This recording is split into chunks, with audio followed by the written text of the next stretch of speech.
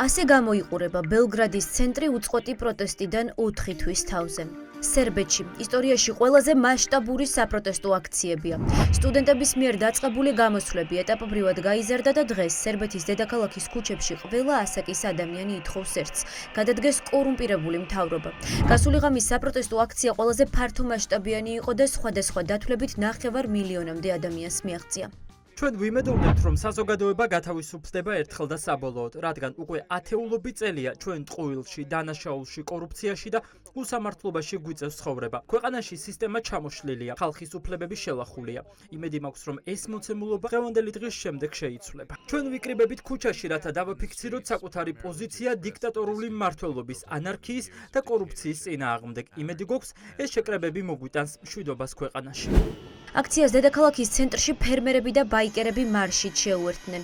ყოველდღე ეწყობა მასშტაბური მსვლელობები, რომელსაც სათავეში სტუდენტები უდგანან. საპროტესტო ბანერებით და სერბეთის დროშებით ახალგაზრდები ხელისუფლებას ეუბნებიან, რომ ავტორიტარულ რეჟიმთან უკომპრომისო ბრძოლაა დაწყებული. ხალხი ფიქრობს, რომ მთავრობა, რომელიც დამოუკიდებელ მედიას სხუდავს, ებრძვის თავისუფალ სიტყვას და კორუფციულად მართავს ქვეყანას, უნდა გადადგეს. მინდა რეჟიმი შეიცვალოს, მაგრამ ვფიქრობ, ამას გრძელვადიანი პროტესტი სჭირდება. რთული მისაღწევია, მაგრამ დღეს ვაჩვენებ რეალურად, რამდენი ადამიანია იმ პროცესების წინააღმდეგ, რაც ქვეყანაში ხდება.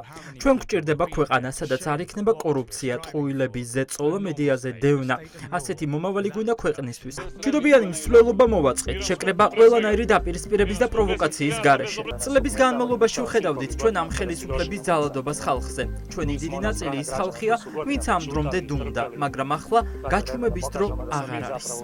სერბეთში პროტესტი 1 ნოემბრის შემდეგ დაიწყო. მაშინ როცა მთავრობის მიერ გარემონტებული რკინიგზის სადგური ჩამოინგრა, რასაც 15 ადამიანის სიცოცხლე შეეწირა, მათ შორის ბავშვების. მტკიცებულებებით, რომლებიც გამომძიებელმა ჟურნალისტებმა მოიპოვეს, დადასტურდა, რომ ცუდად შესრულებული საქმის უკან კორუფციული მოტივები იდგა.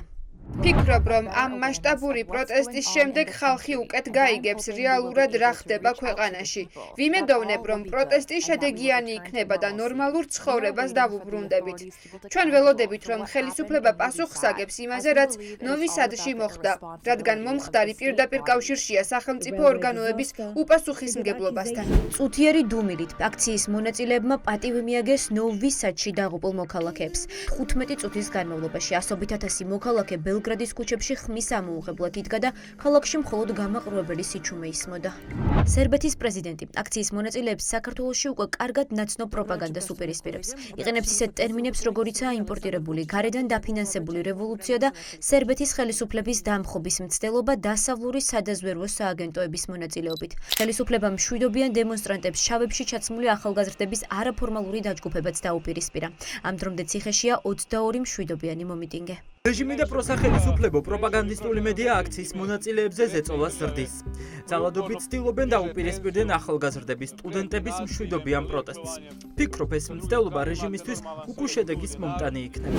ბელგრადში ყველაზე მასშტაბური აქციის დღეს მუშაობა შეწყვეტა საზოგადოებრივმა ტრანსპორტმა. ერთი დღით გაუქმდა საქალაქთაშორისო მატარებლების გადაადგილებაც.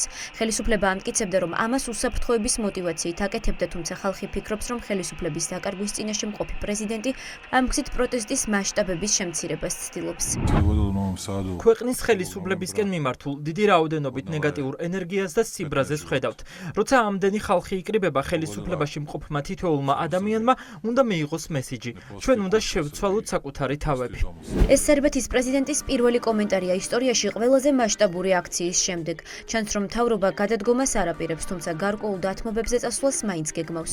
პროტესტმა იფეთქა უნგრეთშიც. დამოუკიდებლობის დღეს ბუდაპეშტში 50,000 მოქალაქე ქუჩებში გავიდა და ვიქტორ ორბანის პოლიტიკა გააპროტესტა. უნგრეთის ყველაზე დიდი ოპოზიციური პარტიის ლიდერმა მოსახლეობის წინაშე პირობა დადო, რომ მოქმედი პრემიერ-მინისტრი ორბანის 15 წლიან მმართველობას დაასრულებს.